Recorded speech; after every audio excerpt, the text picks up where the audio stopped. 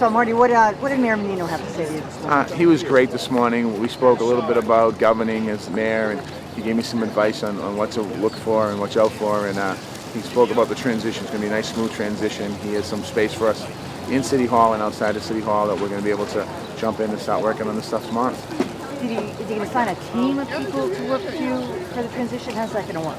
He basically said his whole team's available to me, the cabinet and this management, and anything I need. He said we're there for you. We want to help you. We want to make sure the transition is as smooth as possible. You've got 64 department heads. As you know, some of this is a very well-oiled piece of machinery, like assessing.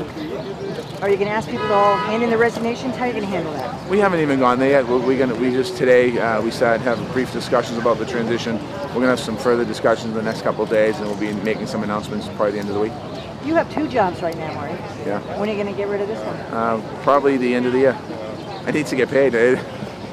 I'm not a millionaire, but I'm excited about going into the House today. We're in session today. I'm excited to go and see my colleagues. Everyone was waiting for you to come out at about 10:20 last night, and you got I assume it was a surprise phone call from the President of the United States. Yeah. What did he say to you? He just congratulated me and told me I had a great field operation on Election Day. He knew a lot about it, and it was just it was a very nice phone call from the President. You don't get a call from the President every day. Had you ever met him before? I've met him several times, but he doesn't remember who I am.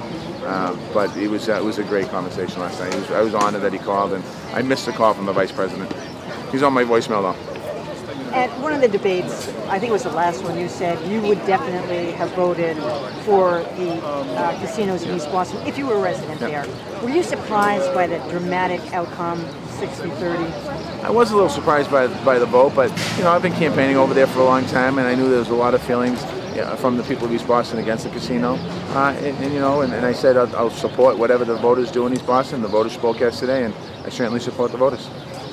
You're mayor-elect, so you really can't do anything about it until January, but what can happen in the interim? It's still 8, 12 weeks, whatever, left in the year, and if it's just as stagnant, it has the possibility it'll just go away. What can you do in the interim?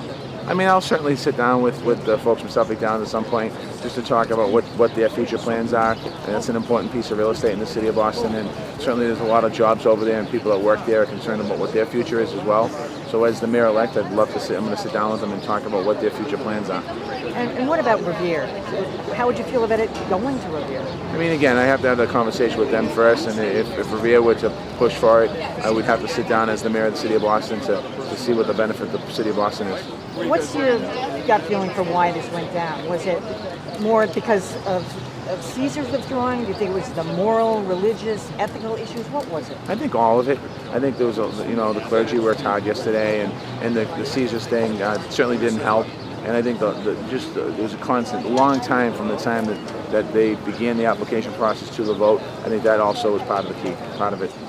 One of the things you're going to have to deal with right off the bat is the police contract arbitration. And, you thank the union for their support. Oh, I'm sure you can't. I mean, that's a tough one. How are you going to approach that? I mean, we'll deal with it. I mean, the city council is going to take some action one way or the other, and if they put it back to the bargaining table, then I'm sure Mayor Menino is going to begin the discussions, and it could end up being me finishing them, and we'll get to a contract. You basically said that the mayor kind of blew that going in. A while back you said that. What could have happened differently to make that outcome different? I'm going to wait to see how it plays out first, and then if it's still on the table when I take over as mayor of Boston, then I'll deal with it and I'll resolve the issue.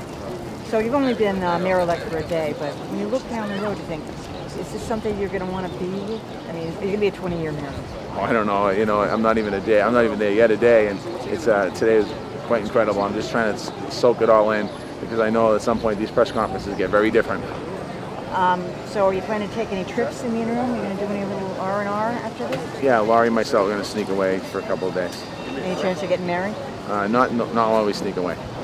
Okay, Marty Walsh, thanks so much. Thank you.